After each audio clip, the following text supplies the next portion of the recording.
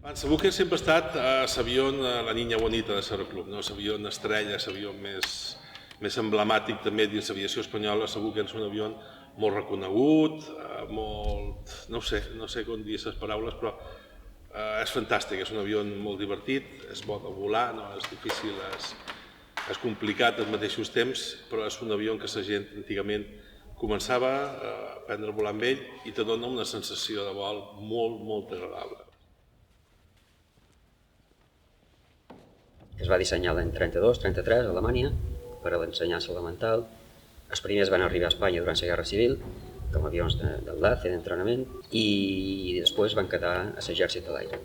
Més tard van volar dins l'exèrcit fins a l'any 77 per ensenyament, per escola. I en el final, els darrers que quedaven es van cedir als aeroclubs. Los aviones estos llegan a los aeroclubes porque un momento donde el Ejército del Aire, que utilizaba estos aviones para la formación inicial de pilotos, pues ya prescinde de ellos porque pasa a aviones un poquito más avanzados. Son muy apreciados, muy valorados, y entonces en Europa y en América se los llevaron muchísimos, hasta que se dieron cuenta qué estamos haciendo con el patrimonio y tal, y decidieron cederlos a los aeroclubes. Esta es la razón por la que nosotros tenemos opción sobre uno de ellos, y cuando ya nos asignan el que nos correspondía, teníamos que ir a buscarlos a la base aérea de Armilla. Esto está en Granada. Y entonces desde aquí, Menorca está un poco lejos, teníamos que irnos a Armilla, a buscar el avión. Entonces teníamos aquí una Piper, una 140, era la Eco Charlie Bravo November Romeo, y con este avión nos fuimos. Vicente Roca, que era el instructor, Mario, tu abuelo, mecánico, Antonio Pons, de toda la vida del Aeroclub también, socio fundador, y yo, que entonces tenía 19 recién cumpliditos. Y con esto nos fuimos con este avión, más 2 paracaídas, los 4 pasados de pesos por todas partes, y entonces, bueno, llegamos a Granada aeropuerto, y al día siguiente era cuando deberíamos ir a Armilla y coger el avión. ¿Cuál era la circunstancia? La circunstancia es que nadie había volado este avión. Entonces, al llegar allí dijimos, bueno, ¿quién nos va a dar doble mando? ¿Qué vamos a hacer? No, aquí está el avión, ustedes se lo llevan y tal. Con lo cual, todo se quedó un poquito así. Pero bueno, por la mañana, Vicente Roca y Mario pues se fueron a Armilla, ya para situarse, y Antonio Pons y yo pues fuimos hasta el aeropuerto de Granada y desde allí volamos a Armilla.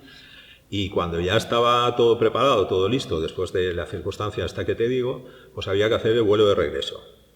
¿Qué ocurría entonces? Ocurría que la Buker no tenía radio. Entonces solamente teníamos radio en la November Romeo y la cuestión era, iría la November Romeo y la Buker se pegaría detrás y seguiría todas las maniobras que hiciera la November Romeo.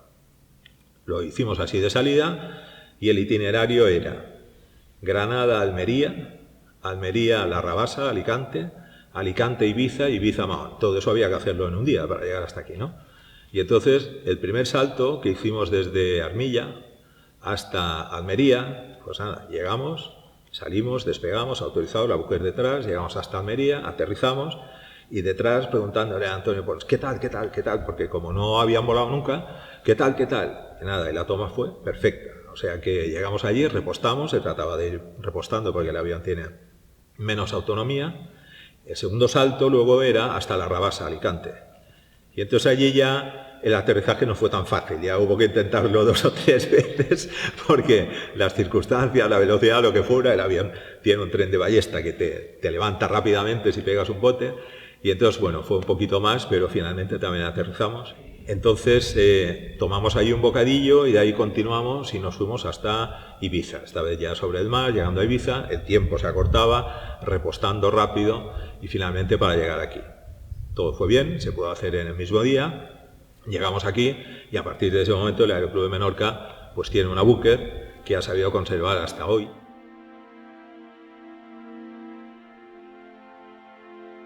Revisions, han fet les revisions oportunes que ens toca per calendari i per tot, no?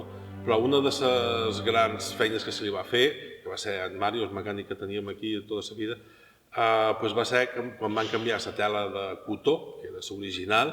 Se li va posar tela aeronàutica ja moderna, es va fer la revisió general del motor, es va pintar tot, i la feina és que l'avió es va desmuntar peça per peça, i s'ha entalat una feina delicada, però molt entretinguda i és molt satisfactòria. El resultat final és molt satisfactori. Allà també vaig aprendre en talà, una cosa que no havia fet mai. Tots estem involucrats en talant, aprenent coses, i a tots sempre m'ha agradat. Bueno, és que seguim aquí, tots sempre han estat vinculats amb el club i quan han desmuntat un motor, un avió, sempre m'ha agradat veure tot com funciona, com va, amb què estem volant. No? Sabem tots molt bé com és per dintre l'avió, a part de volar per fora. Hi ha gent que s'assustaria, però a nosaltres no ens agrada, saben per què volar. Al principi, quan va arribar, que ja fa 40 anys, no? El material encara era disponible, hi havia recanvis i tal, i s'emprava com un avió un poc més de... Era els plus, els pilots, diguem, més experimentats, els que el dominaven, eren els que volaven l'avió. Mai van ser més de 4 o 5 pilots a la vegada. I s'emprava un poc per divertiment, es feia un poc d'acrobàcia, era un poc avió i s'emprava un poc més perquè en ser estopar mecànic aquí hi havia un manteniment continu i això ajudava molt a tenir l'avió en condicions. Y en la actualidad sí que es verdad que queda muy poca gente pues que lo vuele. Gente que ya acumula años, como me ocurre a mí ahora. Éramos muy jóvenes entonces, pero el tiempo pasa y ahora pues igual que le pasa al avión, le pasa también a los que lo vuelan, ¿no? El ser capaces de mantenerlo yo creo que es lo que más destaca y por eso la necesidad, creo yo, la necesidad entre todos de intentar que se mantenga. Porque lo difícil de esto es si el avión se queda en algún momento en tierra o si en algún momento se para, me temo que se ha parado para siempre.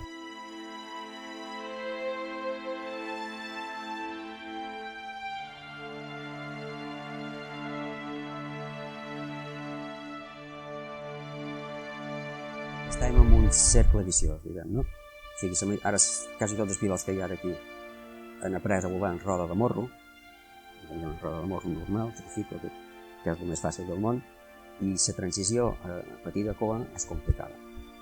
I clar, estàvem en allò que necessitem més pilots, però tampoc podem mullar qualsevol perquè m'ho comprar l'avió. La realitat és aquesta, amb un mal aterrissatge i això, és com s'han romput totes les buques.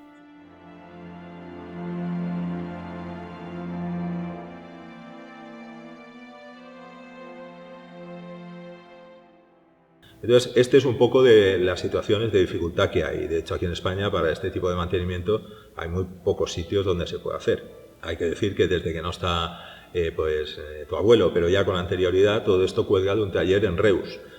Actualmente se sigue haciendo de esta manera. También tenemos aquí algún mecánico más joven que hace parte de los trabajos, pero si no fuera por una ilusión extraordinaria, esto ja no se mantiene en ningún lado. Esta es la realidad. Per tant, tenim que passar en aquesta fase de mantenir l'avió en vol, però sense explotar el vol.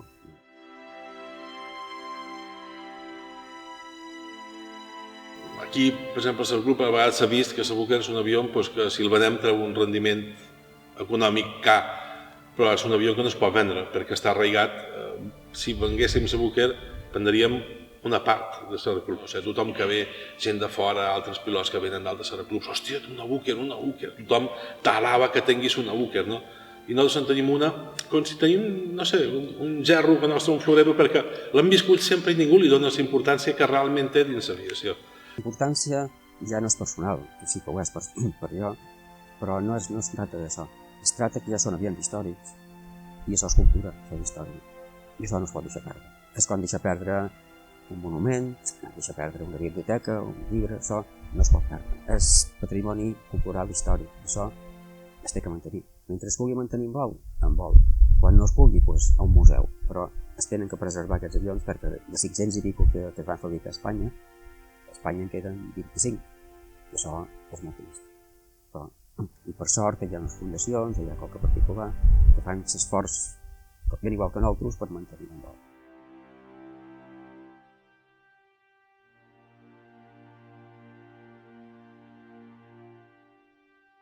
La Buquer, vuelvo a repetirte, es una insignia, es el avión emblema, es lo que le da carácter a este aeroclub y como decía cuando estaba como presidente, mientras se pueda hay que intentar mantenerlo porque una tarde de Buquer aquí en verano sobrevolando el este de la isla y escuchando rugir al tigre, pues que es el motor que lleva, esto es algo que ya prácticamente no se escucha en ningún lado.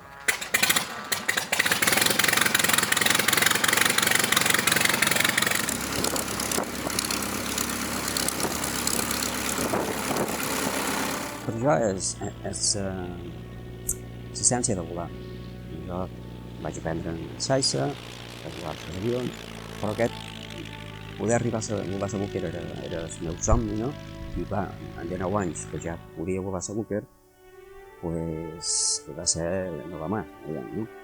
I ho vaig disfrutar moltíssim, i ha estat el punt de relació que he tingut jo en Zero Club. El nexo principal ha estat Zero Club.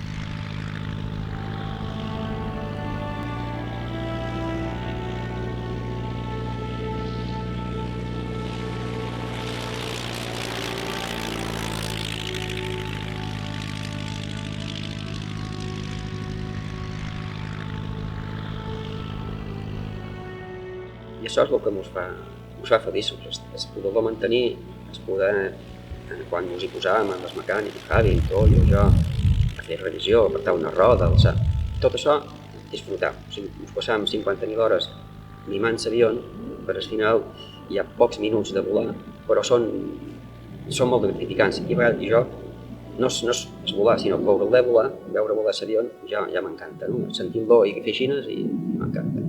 I això, mentre es pugui durar, ho tenim que mantenir. És una obligació moral i personal. Això ja ho mantenim.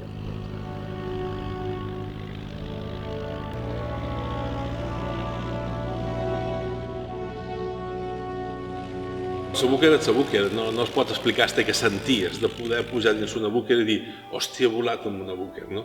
La sensació que tens de llibertat, la sensació que te dona l'avió, els sentiments, anar amb el cap de fora, amb el biplano, no sé, es té que provar, és molt mal d'explicar, no ho sabria explicar bé.